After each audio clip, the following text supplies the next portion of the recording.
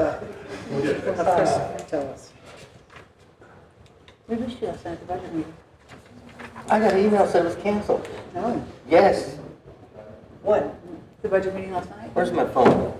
Maybe another, a different one was. Oh, it said canceled on it. Oh, mine said it was. Mayor, we're live now. Thank you. Okay, we should be going.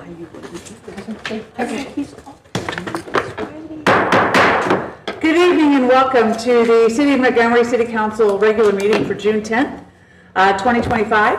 Appreciate you being here. If you wouldn't mind making sure that your phone is on silent or vibrate so that we are not disrupted, that would be most appreciative. We have a quorum present this evening. And with that, I would like to call this meeting to order and ask Mr. Donaldson to do the invocation. Please stand.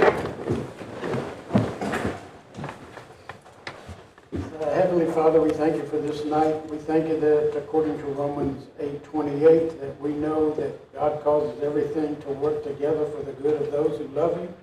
Father, we thank you that you help us in our endeavors, Father, to improve and the quality of life here in the city of Montgomery, and for us to do everything justly, fairly, and evenly. Father, we thank you for it in Jesus' mighty name. Amen. Amen. On the Pledge of Allegiance to the American flag. I pledge allegiance to the flag of the United States of America and to the republic for which it stands, one nation, under God, indivisible, with liberty and justice for all. Now the Texas flag. Honor the Texas flag. I pledge allegiance to thee, Texas, one state, under God, one and indivisible. Yes. I know it. All right. I did not receive any forms for the public forum, so we'll be moving right along to the consent agenda. Item number 4 on your agenda.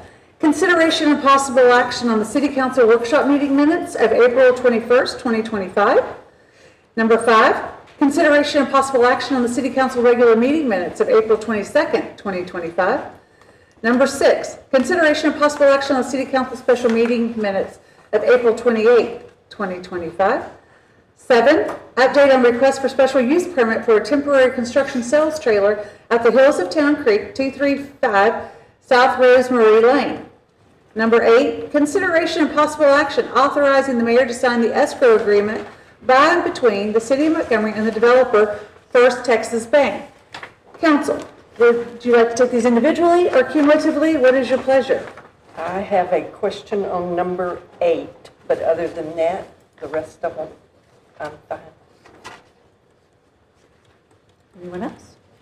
I second the motion for items 4 through 7. So did you have a question or did you not want to accept it? Oh, Did you want to discuss it? I'm going to ask a question. Okay, do you want to go ahead and ask it now? Yes. Where is it located, this property? Thank you. So this is next to, it's in the vacant tract next to Christian Brothers, automotive between Christian Brothers and Yes. Wendy's. Okay. Okay. All right. And then The site plan in your packet, but it's. I could not tell where it was. All I saw was 105. I'm like, okay. yeah, I could not tell. It was Thank very you. hard. So now we can, that was it. So would you like to make a motion? I'll make a motion to accept items 4 through 8, consent agenda items, as presented. There's been a motion by Ms. Langley that we accept consent agenda items 4 through 8 as presented. I second the motion. Second by Mr. Chulovich. All those in, I got a card. All those in favor say aye. Aye. Those opposed say nay. The ayes have it, the motion carries, and we will accept the consent agenda as presented. Number 9 on your agenda.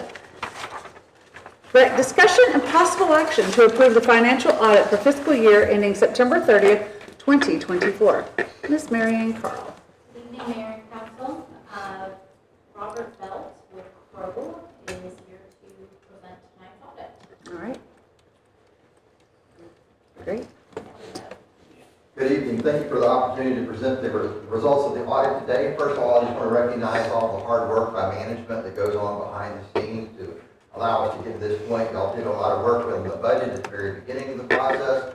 Just kind of puts that whole, put the bookends on that whole fiscal year and put it to bed. So anyway, appreciate everybody's hard work along the way.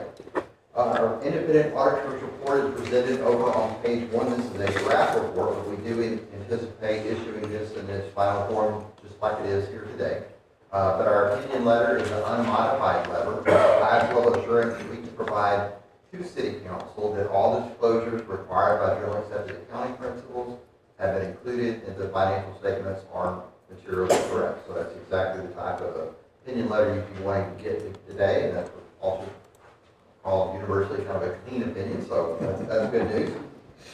There's a lot of financial information within the report. I'm just going to go over a few highlights with you. Over on page 16 is a statement of revenues, expenditures, and changes in fund balance. Your general fund is presented in the far left-hand column. Total revenues for the year came in at $7.3 million. Total expenses for the year came in at $5.7 million, giving you revenues over expenses of approximately $1.6 million. You began the year with a fund balance of $3,018,000. You ended the year with a fund balance of $4,613,000. As you know, with any governmental entity, the primary indicator of financial health is your fund balance number. You can pretty much scale any governmental entity by looking at your total operating expenses, comparing it to your total fund balance, to determine how many days of operation you have on hand if no additional revenues came in.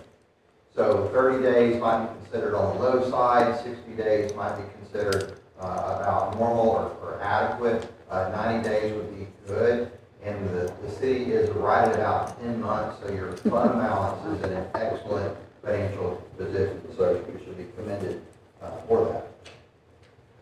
Over onto your water and sewer fund, over on page 20, operating revenues there came in at $3.6 million, operating expenses at $3,050,000, giving you operating income of $610,000, which included depreciation of expense of approximately $480,000. I just mentioned that because depreciation expense is a non-cash outlay. So if you back that back out, you would have been to the good on the revenue side of approximately $1 million. That means your water and sewer fund is covering all of your operating expenses, plus enough to cover your depreciation on your assets as well. And so everything looks good in the water and sewer fund. That includes my comments. More than happy to entertain any questions the city council may have. You delivered great news. Yes. It's That's a awesome. great job. Yeah. Makes our work easy. Good deal. Thank you, sir. Thank you. Thank you so much. I appreciate it. Well, accommodation should go out to our financial director as well for helping us clean up our messes that we had in records, and I really appreciate you. Yes, Mary Ann, very thank you much. very much. Yes. You earned a flight around the world or something. Very good, thank you. Mary Ann, will we get a copy that doesn't have the draft put on it? When would I be able to see that Yes. copy? Once we get the final non-draft version, as Mr. Bell indicated, it should be identical to what you've seen this evening. It goes through a series of review within their firm, and so it's just got to get through all of those steps. My understanding is like we're right at the brink of being there, so we don't anticipate any changes. Once that's done, we'll get the bound copy. We'll get a copy for each one of you. If there are any changes, obviously we'll come back to you to let you know, Right. that there's a change and we have to come back to you. Great. Thank you very much. Thank you.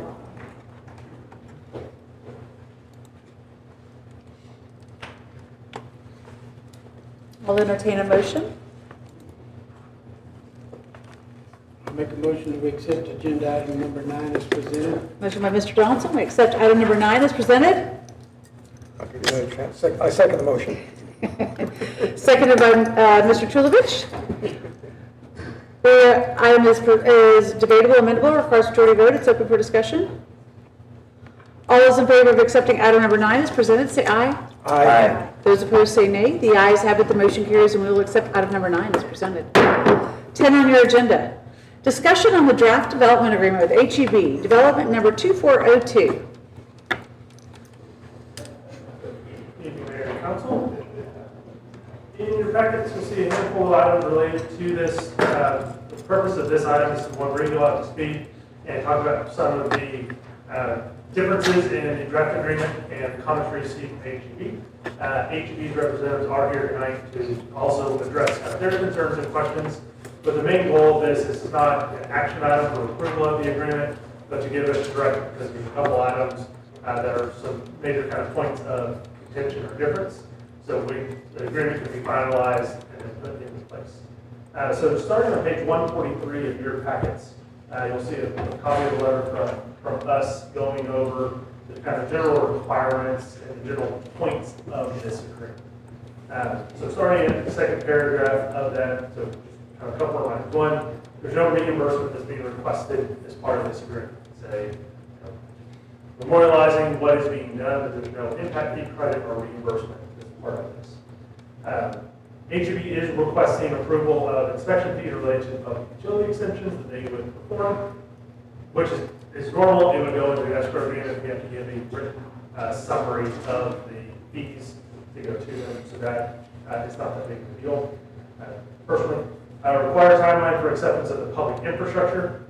Again, normal. We've done that before. Is already lining out the timeline from this date to this date. Putting that in an agreement doesn't cause a lot of work. The next items is where we do have a little bit between the city attorney and ourselves to discuss with y'all and get some feedback. One is regarding the dedicatory language for the historical landmark on the site. So if you remember, one of the items from kind of the get-go is the C.D. Stewart Memorial or some type of monumentation on the site. The language that was in the draft agreement that was sent essentially said the city had the right to be able to control scope, size, etc. of that monument and location. HEB has requested to remove that completely. They have agreed to provide some type of memorialization of it, but not the details of what that is. And then a couple of the legal items, which I won't try to get into, but regarding pursuit of remedies and governmental immunity in those terms. So you're trying to jump in on that part. A couple other things to note, just to bring it all up to speed. Last week's P&Z meeting was canceled due to a quorum, so they meet tomorrow night. But there is an agenda item for variances that are being requested for this property. Again, this isn't part of the development agreement, just bringing everyone up to speed on where this stands. There's two variances. One is just more of a note.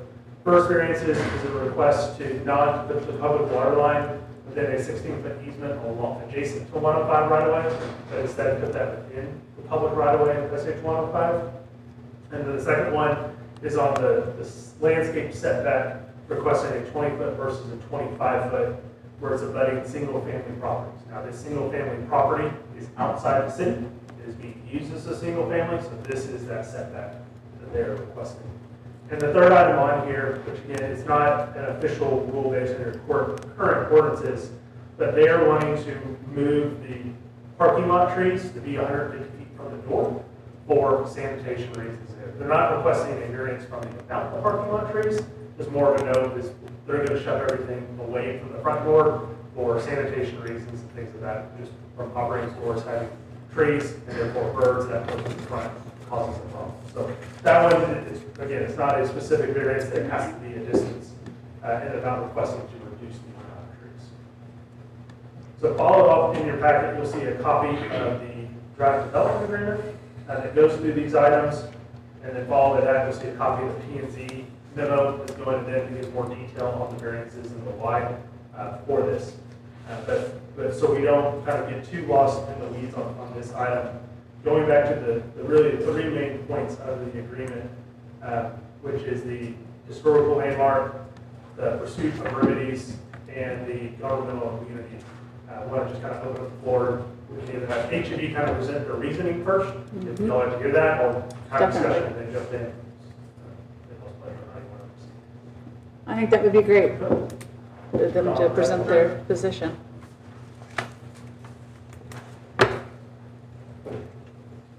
Mayor, City Council.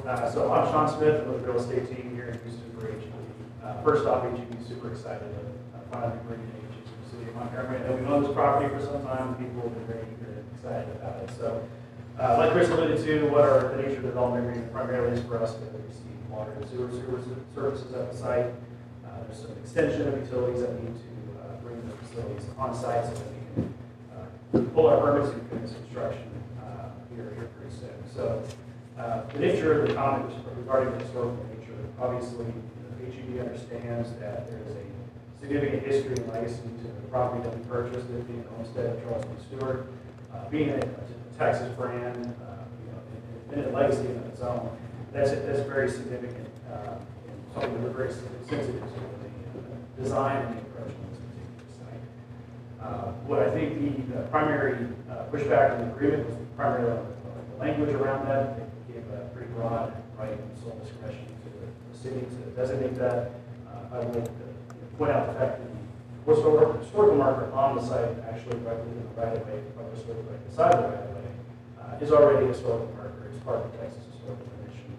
That is not being moved as part of the project. Whether that can be relocated inside the site is still something we're exploring. It's not something we've been able to determine definitively whether we can address it as part of the project. But we are working through some measure of ability to address the legacy of Charles B. Stewart within the property, the development, and inside the store itself. Those details have not been finalized through our design process, so we're still working on an ability to prepare a proposal or prepare a presentation for the city leadership to take a look at. We absolutely want that feedback from the city constituents and the city leaders to be able to put that input into the process, because we want this to be Montgomery's HEB. We take my HEB very seriously. So the spirit of that is that participation and cooperation is there. It's primarily around legal language and giving broad rights over private property.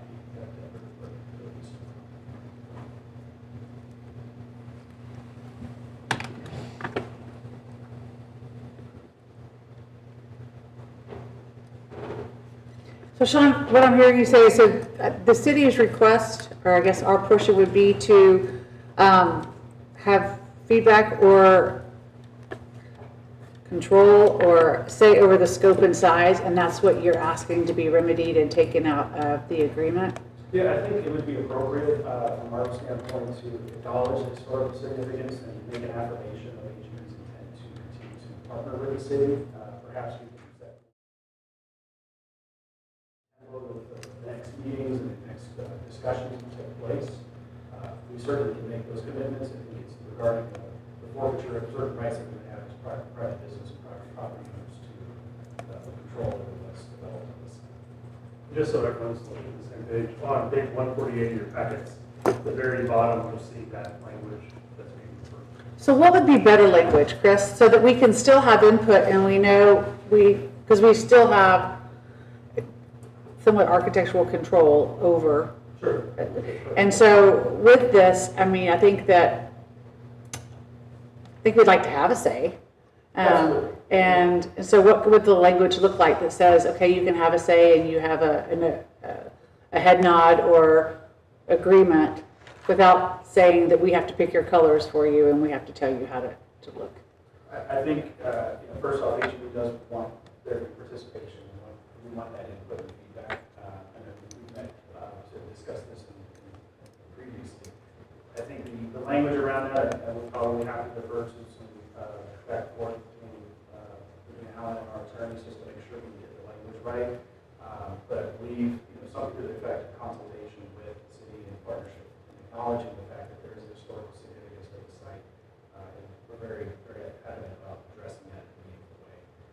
But I think it allows us to be able to marry with the overall scope of the project of the grocery store and how we continue to serve the community overall with the site. Is your problem mostly with the city having sole choice on the location?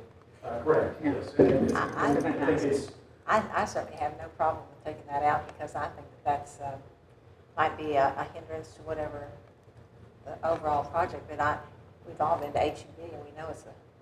Was it my request for fireworks every Friday night to be in the shape of the Texas flag? Is the problem? there's an inducement package that supports the funding of fireworks. So here's my thing about removing the language. I think I'm with Cheryl, but also my thought process is bring us something Because right now, if we just take it out, too long, right? You can do whatever you want. So bring us something so we have like, okay, yes, we can agree to that. I think we probably have enough to start high-level conversations around that. So a lot of that comes after most of our structural and civil engineering. We're at a stage where we need to be able to pull permits here pretty soon. This is a requirement for us to be able to pull that permit, and not having this development agreement would cause delays in opening the store at this stage. We don't proceed this evening without consent to allow the city manager and the city attorney to execute an agreement with us. We would be having probably delays on our side. What I think would be appropriate would be include language that allows, acknowledges that both HEB and the city will continue to work together. We need to set a more firm date where all these parties come and we bring our current project scope in what we have in mind from our design team, and be able to have a more meaningful discussion. And that could be, this body, it could be other professional leaders in the city that actually have a meaningful conversation. We absolutely do. So we just need to soften the language a little bit, is that what I'm I asking? mean, like I said, Yeah. it's the spirit's there. Yeah. And you and I have talked about this. Yeah. The spirit is absolutely there. It's a matter of giving specific rights that aren't already there that it will cause an issue from the legal perspective. How about something that along the line says a location acceptable to both the city and HEB? I think having a mutual acceptance of it is probably, again, it's kind of going to what our rights are today, what our ability to build on the private property is today. Our first and foremost concern is operating a grocery store and doing so in a way that continues to honor that legacy of Charles B. Stewart. But we obviously know our grocery business very well, and it could be a situation in which a city leader thinks that it has to be here, and that could be in direct conflict with operating a grocery store. So we want to be sensitive to, there being potential conflicts of purpose agreements where we know that we have to operate. How to operate. But what you're asking, what he did was a wonderful compromise. We both agree. You're saying you'll put it where you want to, you'll build it how you want to, and we'll like it. That's what you're telling us. So. It's more about preserving the ability for us to design the stores and community. No, I absolutely understand that, Sure. but you can't gut us and then expect us to smile about it. So. I understand your comment. I think the nature of this agreement really solely rests on our request of utility to be served. And I think the nature of the agreement, we could continue to talk and have those conversations, but it was of HEB's opinion that the inclusion of additional rights in the development agreement, especially in the context of where we're not asking for inducements, incentives, for paying out of pocket to extend utilities to the site. That's where our position was. Okay. But we definitely want to continue being a partner with the city and continue these conversations that we've started. Absolutely. Alan, Would you what's be your- I was fixing to say, Ellen, Alan. are you okay with softening the language or removing the language or whatever that word is? Yeah, I'm certainly okay with softening the language. I was going to say, what if we took out the last part that says the city has sole discretion to determine the location, but let the development agrees to dedicate a site, to Charles B. Stewart? Well, would that be acceptable to you, Sean, and HEB? Because that way we're just not saying that we're, sole discretion. I think, so there's two parts to it, is the sole discretion, but it's also the dedication of additional property where it's not defined. That dedication of some portion of the property for a landmark is on its face not a problem, potentially not an issue, it just, we don't know what the scope is. So what about, is it perhaps the word dedication? I think so. Which perhaps maybe the developer agrees to utilize a site on the track? I think, Along those lines? So we don't dictate the place, but we agree that there will be something. I think what we're at right now is that we don't know the scope or cost of that particular project, and that may not, that's something that would be hard for us to be able to affirm and execute an agreement as of today. And it's not something that we are opposed to continuing the conversation and figuring out what's the best, but we think this is the primary intersection for the city of Montgomery. We're very proud of the Texas legacy from our company, but also what Charles B. Stewart had. I think there's a lot of overlap and alignment in terms of what we want to do here. It's the scope and the ability for us to continue to build a store on schedule and continue to work with the city. So here's the thing though, we are 100%, if we take it out and we agree to your demand at this point, we can't negotiate after the fact, right? That's not how law works, that's not how contracts work. This is an agreement, we sign it, we agree to it. There's no negotiation for the city after the fact. You can do whatever you want. So that's where we need some kind of provision in there that says, yes, we will have a little bit of say. Like you can't just put a plaque on the back of the building and say, hey, we did what we said we were gonna do. I think that's what we're saying with softening the language. It's Yeah. still alongside, but not omitting it, just we communicate together about it. Yes, at the end of the day, it's your wish. However, communicate with us what it is as well. I mean, you're local, right? We know where you live. Yes. Okay. I thought so. I remember that. Okay. Yeah, we're both local. Yeah. I'm not flying in from. I remember that, Sean. Well, and I have to say, do I believe that you are going to live up to what you said? Absolutely, I want to as well.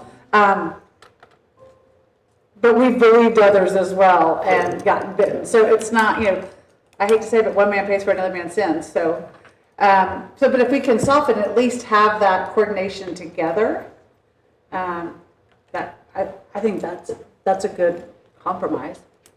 I am too, just removing it 100% and saying we'll take your word for it is bad business. Yeah, no, agreed. But Alan, you can author something that would be agreeable to both of us, couldn't you? Hopefully, yes. There's a thing called Chat GPT, Alan. Well, not that I was trying to respond. To define what HEB will agree with. Yeah. Yeah, sure.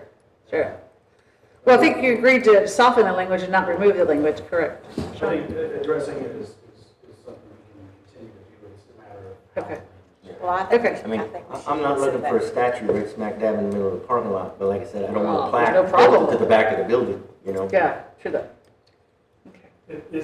Would it be possible to have language that puts kind of that stipulation on there? It has to be in a public space that's. Visible from 105 or whatever, I don't know. Right, because, when you think of other agreements the city's had, like it is, it wasn't across the street, it wasn't specific, it's this, and this. It is, generally it's in this location, it'll have these elements, and it's not to exceed, or the contribution is to be X amount.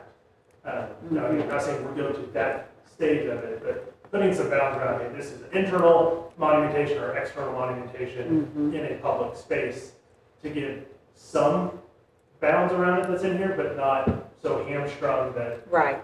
you can't work around it, which I think is the whole point. Mr. Hanna, did you have something to say? It's just part of the discussion before you move off of HEB. Okay. I think we're all in agreement, and I think that would be the directive. So I think Just that's a good one, and of language, course, yeah. each one of us council member will dress up as Charles B. Stewart and walk around and explain to everybody. In your spare time. I do have one more question for Alan about the government immunity. That's the first time I've ever seen that done in one of our development agreements, so what is that addressing? So there are kind of two provisions here, legal in nature, that they have struck. And I guess I wouldn't agree to those being struck without at least, your consent.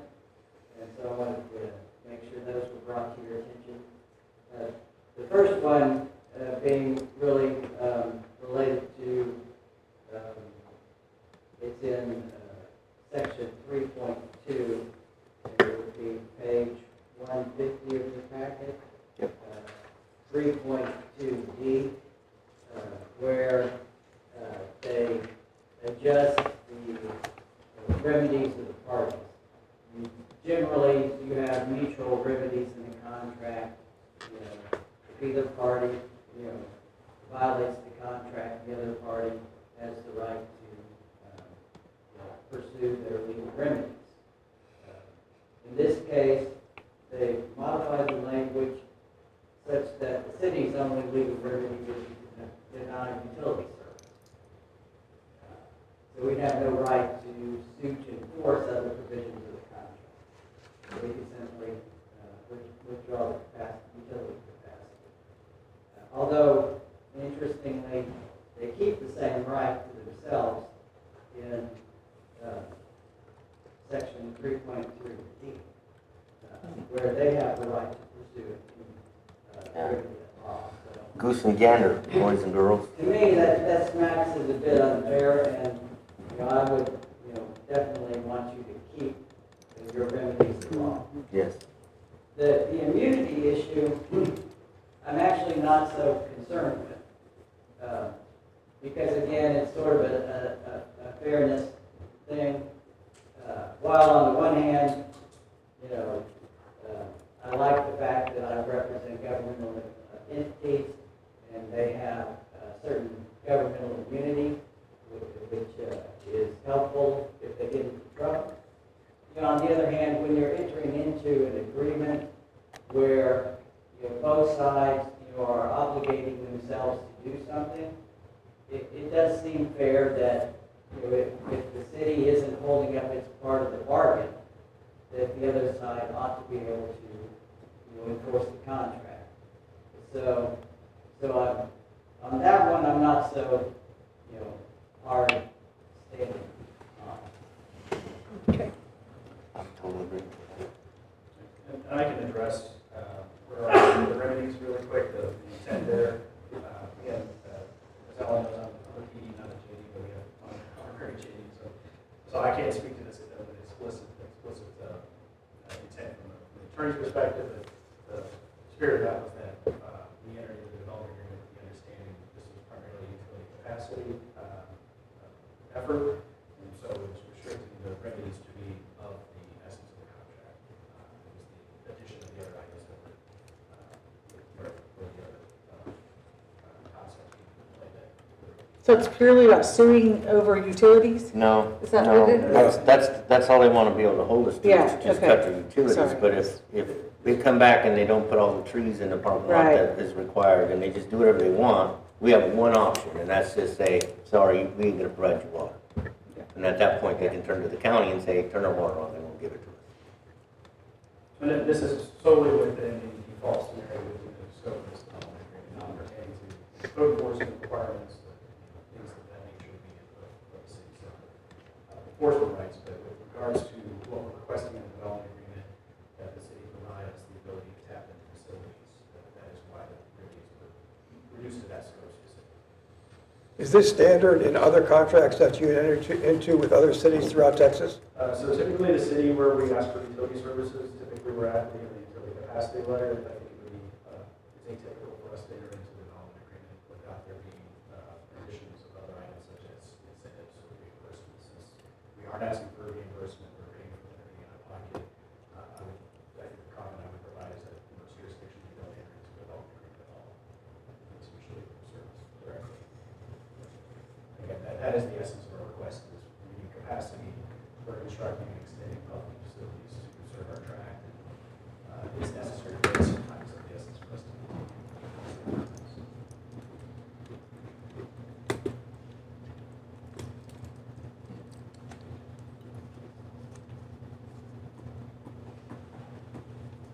Alan, have you seen this before? This type of request of any cities that you represented had HEB come in and, The 3.2D yeah. request, No, I don't know. it doesn't look kosher. Have to be explained. So our development agreement is for more than the water and sewer, yes? Well, And what he's saying is, they're looking at it only for. only for water and sewer. Right. So, So basically, if, the way that this Ray reads, Right. if code enforcement goes out there and says, this is not it at all what was agreed upon, the only thing that we can Recourse. do is turn the water off. Yeah. right. I understand that. Our other development agreements have it all in there, I guess, in the Yeah, past. because this is like a template of ours. Okay. Will there be a bond provided? So since there is, I mean, the work will be bonded, but we won't be posting the bond since the city isn't constructing the facilities. The only thing would be a maintenance bond. So when they complete the extensions, they would put up a maintenance bond for the 1-year period where something comes up. So, but not a bond to post for. But it's not a bond, it's construction costs, but it is- in favor of the city though. It's standard maintenance bonds. Standard performance bonds. Right, and the other stage question fully, if they decide to do the final plat prior to the utilities being all the way in, we would request the bond to cover whatever remaining costs that there on that contract. So in case, again, it's unlikely that HEB is in the middle of the project and leaves, and then they sell the site to someone else and they admit this line, there would be a bond there to cover that cost. Again, it's that standard in your ordinance language. It's only used in the event that they apply it before utilities are complete. So now the same thing with respect to, and they got to go to P&Z yet, but for the 16-foot setback for the water line and everything, if it goes into TxDOT right away, it could wind up getting paved over, and if we ever have to repair it, the city's going to have that excess cost to have to dig up the road to repair it. If it gets under payment, yes. I think, with the, and again, you're correct. Just P&Z tomorrow night, back to council based on their recommendation. But, there's a lot of grass between the pavement edge and there, so it would be a lot of expansion to get there. But theoretically, yes. If TxDOT made an improvement like they're doing right out here, that would impact the location of this water line, it would be on the utility owner to pay for that cost of relocation. If provided our property line is pretty far set back, like Chris alluded to, 105 would almost be double as big. And I will add that this is a bit different than our other development agreements in that, we aren't doing a lot of construction, but they're doing the construction. Okay. And we are, our contractors, we do the work for remaining our projects and fixing the facilities.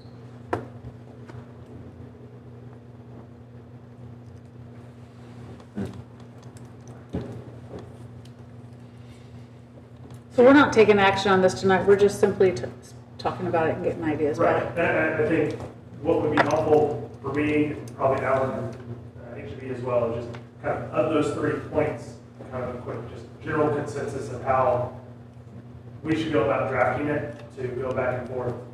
So we come back with a presentable format that y'all are okay with, and then hopefully between now and that time, HB is also fully okay with as well. Well, I'm going to need more understanding on the engineering part of removing that easement for a retaining wall, when the retaining wall can be moved in my mind. So I just want you to be more clear about why we don't need this 16-foot easement and why you have to put the retaining wall there instead of moving it back. And I would just... I know it has to do with the property slope and... Correct, but just so we're trying to keep the 2 items separate. So the variances are not part of this development. So the variances will go through their separate variance process, and we'll have to come back to you all for approval of those variances as a separate action. And then this development agreement is what's in it today, which is who constructs the water and sewer, at whose cost and time, design, et cetera, and what capacities are there, and then the sign. And it talks about drainage and driveways and everything. Is standard for development. Those are really the main points of this, is laying out whose responsibility is it, and then the items regarding the signage. Now, the 20-foot variance, that affects the ETJ, doesn't it? I mean, the property right adjacent is ETJ. Correct. It is not a property of the city limits. Right, but they come under the same ordinances. Properties within the ETJ have to comply with the city's ordinances. Some ordinances, yes. So chapter 78 applies to the ETJ, zoning, chapter 98 does not apply. Right. So, and this is really not about that property. These variances for B&Z, ultimately all are not about use of that. It's not about that property. It's about the spirit of the ordinance is when you have a commercial property abutting a single family, period. And so that's kind of, again, how this is interpreted is the spirit of the ordinance says, single family next to commercial, here are the setback requirements that it's laid out in the zoning, they're requesting that 5 foot buffer. So if we approve that, are we bad neighbors? I'm not answering that question. Are bad neighbors to Conroe? No, to the homeowner. Just kidding. Well, yeah, we are on that variance because they come up here screaming and yelling, they're not happy.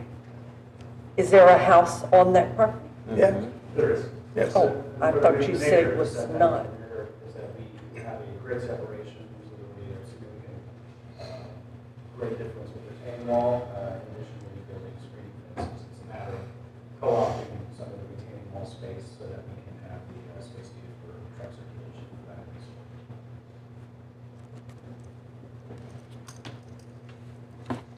But to answer your original question, Stan, when it comes back to that, actually, I'll have a whole lot more detail in front of you, as well as P&Z's recommendation on those. Okay. Well, Chris, at this point, do you have a kind of a general, I will regurgitate what I picked up from you, and we'll go from that. On the Charles B. Stewart historical landmarks, keep language in there that puts some soft bounds around it, but not sole discretion in the city. Alan's going to work with that and work with HB's attorney to get there. The remedy portion, that piece, sounds like the preference is that stays as is, that there's mutual remedies on each side, not just water and sewer capacity. And based on what I heard your attorney say, the governmental immunity is, to him, not as big of a deal, because again, it's a contract, y'all are making an agreement between two parties, and so waiving that, so it's fair fight. Okay. sounds good? The only just clarification, because to me, it's a relatively big one, I think it impacts HB as well.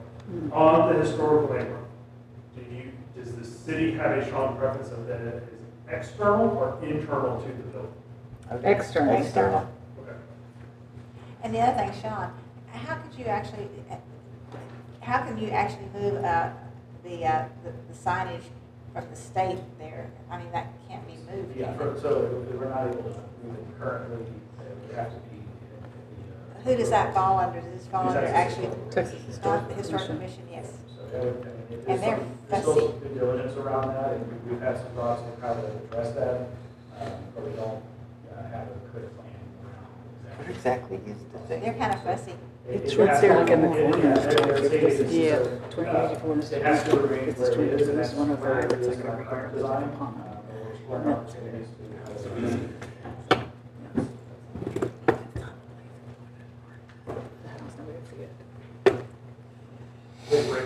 Okay. Thank you. Thank you so much. Rick Hanna, building official. Hello, Mr. Just Hill. want to make sure that we're on the same page, because somebody delivered building plans. We'll typically set plans until the engineers complete their review. So I don't know what the rules are. Just Ruby. I don't know what the rules are, but could we give them these plans and get them out, or once they finish them, our last week, hang on? Christian would like to get them out of our way.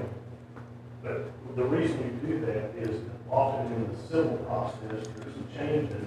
There's no need for me to do a plan review of the building until everything is solidified.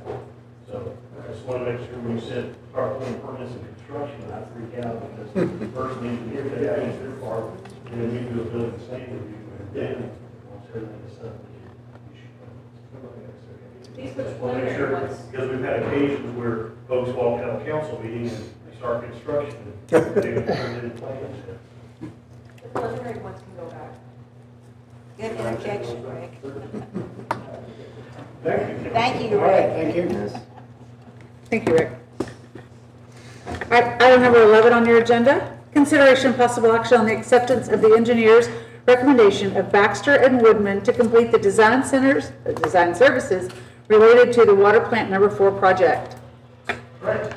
So we've been talking about water plant number 4 for quite a long time. Years. You remember we solicited RFQs late last year. We went through the review process, it was awarded earlier this year, and we would go back and forth just getting the scope nailed down and getting proposal in the right format in front of you. So what you have in front of you today, so you'll let from us, page 167 of your packets, summarizing that proposal, followed by the proposal itself. Your attorney has reviewed it for the legal requirements, and he is comfortable with what is in here. The total amount in here for design, so the total contract amount is $491,240. That's for design, bidding, and construction and services. The actual design portion is $440. This was a project that was, the design was in your CO, the estimate there was 400. So 400 for 440 for the design services, and that additional amount for construction services and admin was not included in the CO, but it's been included in the conversation that we're talking about for the funding of all these projects. So again, we're happy, we're good with the proposal, we're good with the scope that's in here, and our recommendation, we go ahead and proceed with the design phase of this project.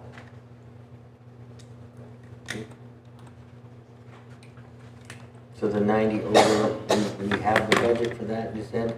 So the design amount's 440, so we have impact fees that we can tip and do if needed to cover that additional 40. The 50,000 would be included, the delta to get to the 490 in the bond that we've been talking about to fund the construction of these projects, because those are bidding and construction based services.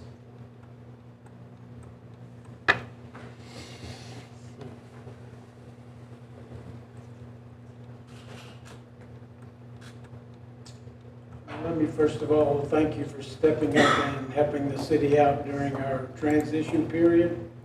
I do appreciate that.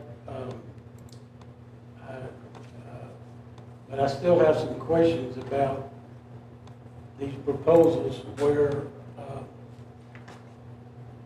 section 6, on our page 171, or y'all's page 4, where the city engineer will provide the majority of construction, administrative, and inspection services.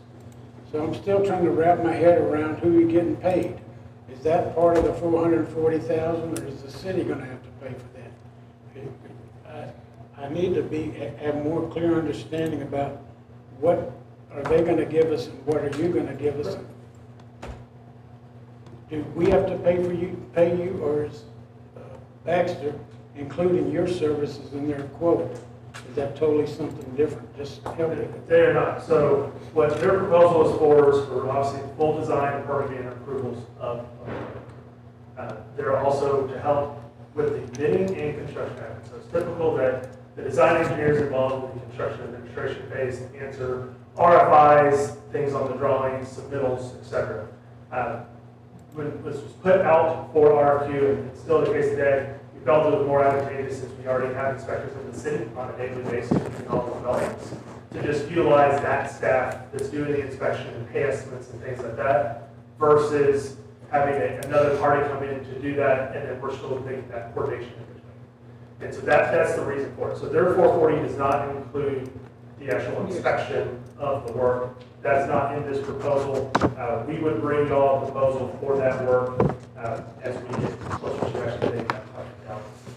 So last night we had a budget workshop, and your water sewer services went up from 50,000, you're requesting 200,000. Would it come out of that bucket of money? Yes, that's where. Because this will be water and sewer related. Sure. Also, there is a provision in here for funding assistance.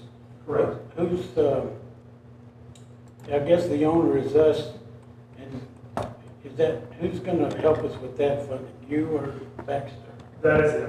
So I mean, it's a coordination. It's a multi-approach. So I mean, we as city engineers submitted for water development funds for your wastewater treatment plant contract. Half has submitted us earlier today, kind of a summary of other funding options to try to go after for that project. And it's the same thing here, is their assistance. So if the city decides that we're going to go after XYZ grant for this project, this is in their contract, and they will help assist that effort in terms of providing reports, memos, cost estimates, what is needed to support that effort of obtaining the funding for the project. Okay, also, I want to thank you for putting bleach in there. I appreciate that. try what we can.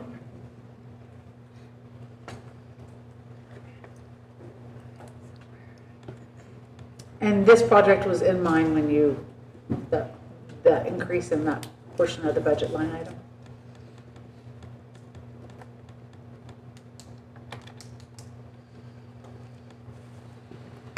Yeah, between the coordination time and the follow-ups and reviews.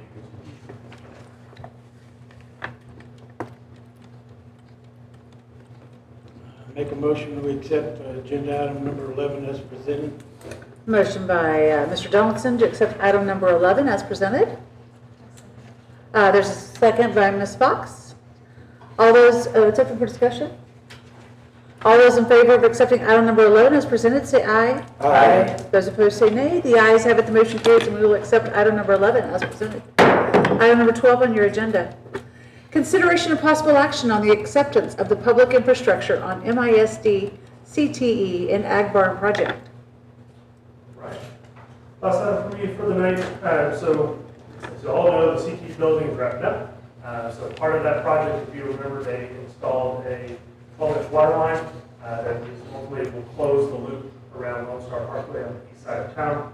And so back in August of 2024, there was agreed by the city to pay a share of up to $75,000 from that line. And then MEDC subsequently approved to take that from there. I don't remember exactly, but line item up front where they would cover that cost. So the line is now complete. It is in service. They've addressed the punch list items with a relatively minor. They have provided a maintenance bond, which is required of all developments. So you'll see that bond is in here. So if anything comes up, I'm sorry, it's not in your packet, but we do have that in. Anything comes up and the contractor doesn't address it, call that bond to address any maintenance items. So everything is in order, and our recommendation is to accept this into the one-year warranty period, which will begin on June 2nd, 2025, and end on June 2nd, 2026. Have we paid everything we're supposed to pay? They paid everything they had to pay? Everything good to go? I need to follow back up if the city has released that $75,000 payment, or if they have officially requested it. I know there was some terms that obviously had the water line done. I do not recall seeing an official request from MISD requesting the city share, but we'll follow up on that. So I don't know for sure. But as far as the payment of the contractors and everything else, that's my understanding. Stewart Builders is the one who provided this conversation that I've been holding. Marianne, you're the holder of the bank account. Bundled in the corner. We have not received a request for Okay. $75,000. Who did we receive that from exactly? Which part of their? Their CFO. I imagine it would be coming from MISD. Yeah. They were aware of kind of what they requested, right? And that it was granted, and then NBC did agree to do that. But we haven't gotten a request for that. Okay. Are we going to pay that, or is that coming through MEDC? It's coming from MEDC. Okay. We need to call them. Yeah, I was texting them tonight, yeah. But then, We owe I mean, some it's, money. well, yeah, maybe they'll add it on to the Clever Street property. So, I don't know. Okay. Sorry. All right, good deal. I'll make a motion to accept item number 12 as presented. It's been a motion by Mr. Olson to accept item number 12 is presented. Second motion. Second by Mr. Trulowitz. This motion is debatable, amendable, requires majority vote. It's open for discussion. Stan, did you have something? No, I second it. Okay. All those in favor of accepting item number 12 as presented, say aye. Aye. Those opposed, say nay. The ayes have it, the motion carries, and we will accept item number 12 as presented. 13, consideration and possible action on a City of Montgomery alcohol beverage license application filed by Tulips for Tulips. Hello, how are you doing, sir? How are you doing tonight? Good. Yeah, we're actually where the old Heritage House used to be. We're on the back left part of the property. We have completely remodeled and redone that building. It was in a major disarray, and the people beforehand, it was like about 3 or 4 different people went in there to remodel and did a little bit here and a little bit there, and it was a lot of fun. We've been working really hard with the city, and we just got literally earlier this week, I believe, we actually, no, it was late last week, we got our federal and state permits all approved through TTB and TABC. We turned everything in, and and the community has just rallied around us. They're very excited about us opening up, and I think there's only one other winery in the city limits, which is Steve at H Wines, and really good friends with him. So we're really excited about becoming part of the Montgomery community. I grew up right down the street in the Woodlands. My wife lived here for 6 years before we got together. So we moved to Memorial whenever we got together, but then she pulled me back out here. So we do live in Montgomery. We're very proud of where we live, and we're really more excited about having a business in the community. Good. I'm sorry, what was your name? Ma'am? What was your name? I go by Tim, but my name was John Timothy, and so Tim Giroux. Yeah. You're actually manufacturing the wine? We are blending. Okay. What we do is I actually own a small percentage in 13 different wineries over in Italy. Okay. So these are all Italian wines. Oh, cool. And what we're going to do is we're actually going to buy bulk Italian wines, bring them here. We're going to do specialty blends. And also I'm going to be working with Paul and Meryl over at Messina Hoff. So we're going to kind of do like a Texas Italy blend, and we're really excited about the stuff that we have coming down the pipeline over the next few years. So H Wines is French, and you're H Wines is Italian. French, and So we're that's, Italian. Montgomery's growing. We are excited. We're going global. Yeah, we actually have, well, it's funny because if Fort Worth and Reggio Emilia in Italy are actually partner cities across the water. So I didn't even know that until I was actually over there, and I'm like, I see Texas signs everywhere. I'm like, because people are like, where are you from? Texas. Of course. Birthplace up. Yes, and the funny thing is like over in Italy and Europe, when people ask where you're from, only people from Texas say Texas. Everybody else goes, hey, we're American. Texas is Texas pride everywhere. You're definitely right. You're right. All right. But we're very excited. You are correct. You've got a groundswell of support and We definitely really, the top. if everything goes well, we actually can possibly open up next week. If we get y'all's approval tonight, like I've already gotten the fire marshal inspection. That's all been done. The health inspector's supposed to come this week. After that, I just got to get, like, I was going to do it on Monday or Tuesday, get the final occupancy permit done, and we're rolling strong. So you are a winery and where's the tulip come from? Flower My shop? wife is a wedding florist. Okay. So I decided, I don't know why, because she's the boss, to put our businesses together, because we don't see each other enough on it as it is. So we took our business, like, my main warehouse is right there by Michaela. Okay. And that's where we store a lot of the wines. So we got over here, which is 9 miles down the road, and we just kind of joined forces. So we're doing Italian wines, and then we're also doing florals. We can have workshops and do a whole bunch of stuff like that. And then we also have custom charcuterie boards. So it's Italian wine, florals, and custom charcuterie boards. And then we also give discounts to city officials, city employees, police department, first responders, teachers, all of that. We give a 5% discount for anybody and everybody in those realms. Great. That's awesome. So we're just getting involved in the community, and I think everybody that works for us is either a teacher or a retired veteran. That's awesome. Great addition to that property too at the meeting place. We are, yeah, Buddy and Rachel are awesome. Outstanding. They speak very highly of you, and it's been fun. It's been fun working, getting that property up. Yeah. Because that building, I think if I'm correct, it was built in the early 1900s, and I've never seen construction quite like it. 'Cause it's the tongue and groove. The floor is all wood.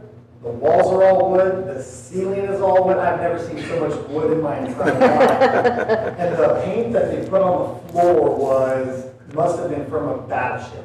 Because it took us 2.5 weeks to get it off. and that's with a floor sand.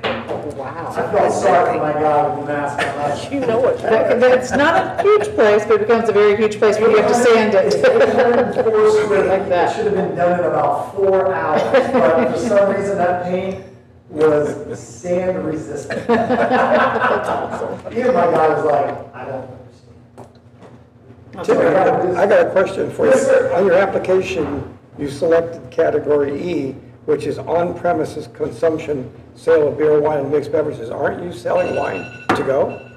Sure. But you can consume it online. So there's two different licenses. One, you can't consume, you have to buy and leave. Or the other one is you can consume, and then once it's open, they can take it with them as well. So But that's the that's- on-premise. You can consume on-premise. Yeah, you and can he consume on record it premise, and take it. but we actually have to reseal it Yeah. before they can take it. That's out. right. Yeah. So it can sell as retail or consume. Yeah, if they buy a bottle and they only drink half of it, right now, we can recork it, and wrap it in foil, and they can take it home. What we are gonna do is, we gotta get the approval, but what we'd like to do is we'd like to put a container on the back side of our property and actually make it a cold container and put in wine coolers in there, so we can have a wine club membership, so people can actually put in their own wines, so they can buy them from us, put them in there, and knock it out, so. At one point, we had one of those in here, and it was very good. It went really Yeah, well. we're Successful. very excited about our future in Montgomery, because, I've got lots of family here, my wife has lots of family here, and we have more friends that can count, if and when we open up next week, we've already had like 300 or 400 people that have said, yeah, we're coming. Oh, that's awesome. Well, good. We're just trying to get it all finalized and off the ground.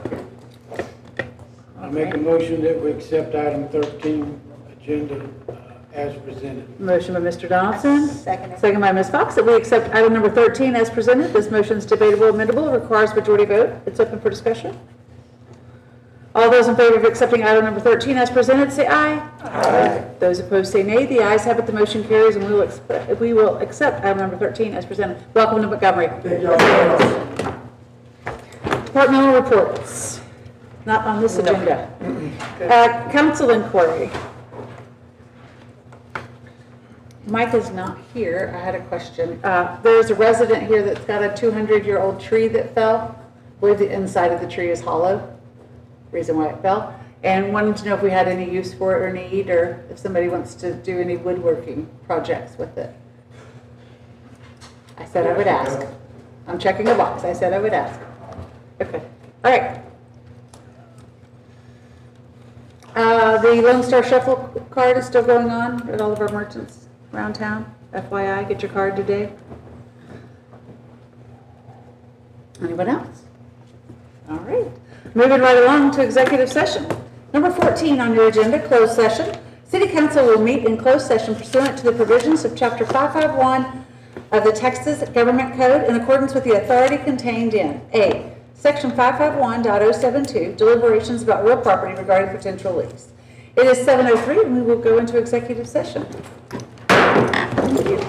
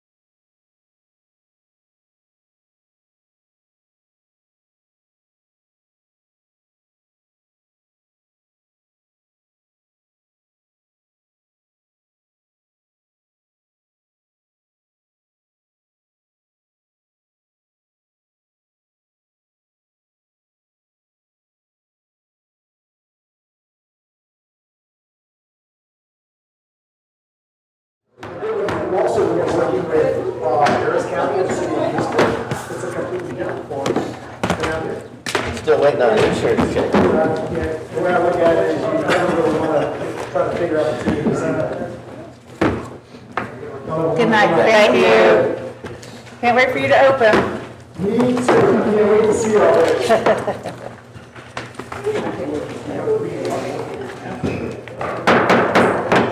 It is 7:11, we are back into open session. Number 15 on your agenda. City Council will reconvene in open session, at which time actions of the matters discussed at closed session may be considered. A, Section 551.072, deliberations about real property regarding potential lease. There is no action. Closing agenda, item 16, items to consider for placement on future agendas. I don't know if we need to place it on future agenda, but I've been asked about the funding for Memory Park, and them wanting more, we talked about to Mike last night, just upping the budget there, because just that water pump was 10,000 and that maxed them out. So if we put that on an agenda, but Memory Park is asking for some additional financial help. Do you know how much they were actually asking for? How much do you want to give? How much do they want? 150,000. Oh, good. I'm just throwing out a number, I don't know. Do not. but, We're not putting that on no agenda. Oh, okay, well, No, they can go to MEDC. they can, But we are going up they on the can wait amount. until we do the budget. Yeah, on a future agenda, that's why I put it on, that's why I asked on this portion. Because the budget will be on the future agenda. Yeah. Okay. Okay, I got an item. Since June is Hurricane Awareness Month, I'd like to see a presentation on the city's coordination with the county for hurricane preparedness. Get out of town. That's a good one. When would you like to see? Because we can actually we'll send you everything, because we have an emergency plan as well. We have a mitigation plan as well. Then we have a plan that we use in coordination with the county. So. And we also work with the ISD too. We've had those meetings. The presentation could take 15 minutes, 15 days. 15 minutes, or it could take about 30, 35. Can we do it next meeting? Yeah, can. So it's still June. You got 15 minutes? Every 15? Absolutely. Oh, yes. And just FYI, the next meeting, our Lake Creek High School Lions softball is one state. So we will be recognizing them at next meeting. All right. Wear your blue and gold. Blue and gold, heck no. Purple and gold. All right, anything else? Purple and gold. Purple and gold. All right, number 17, I'll entertain a motion to adjourn. I make a motion to adjourn. Motion by Mr. Olson. Second by Mr. Donaldson. All those in favor of adjourning, say aye. Aye. Those opposed, say nay. The ayes have it. The motion carries at 7:14. We will adjourn. Sarah? Ma'am. Miss Ruby, I need your assistance. I could not get that to let me log in. Can you send me the codes? I went back over the budget and stuff, dude. Of course, you know, John. Yeah, no worries. Which one you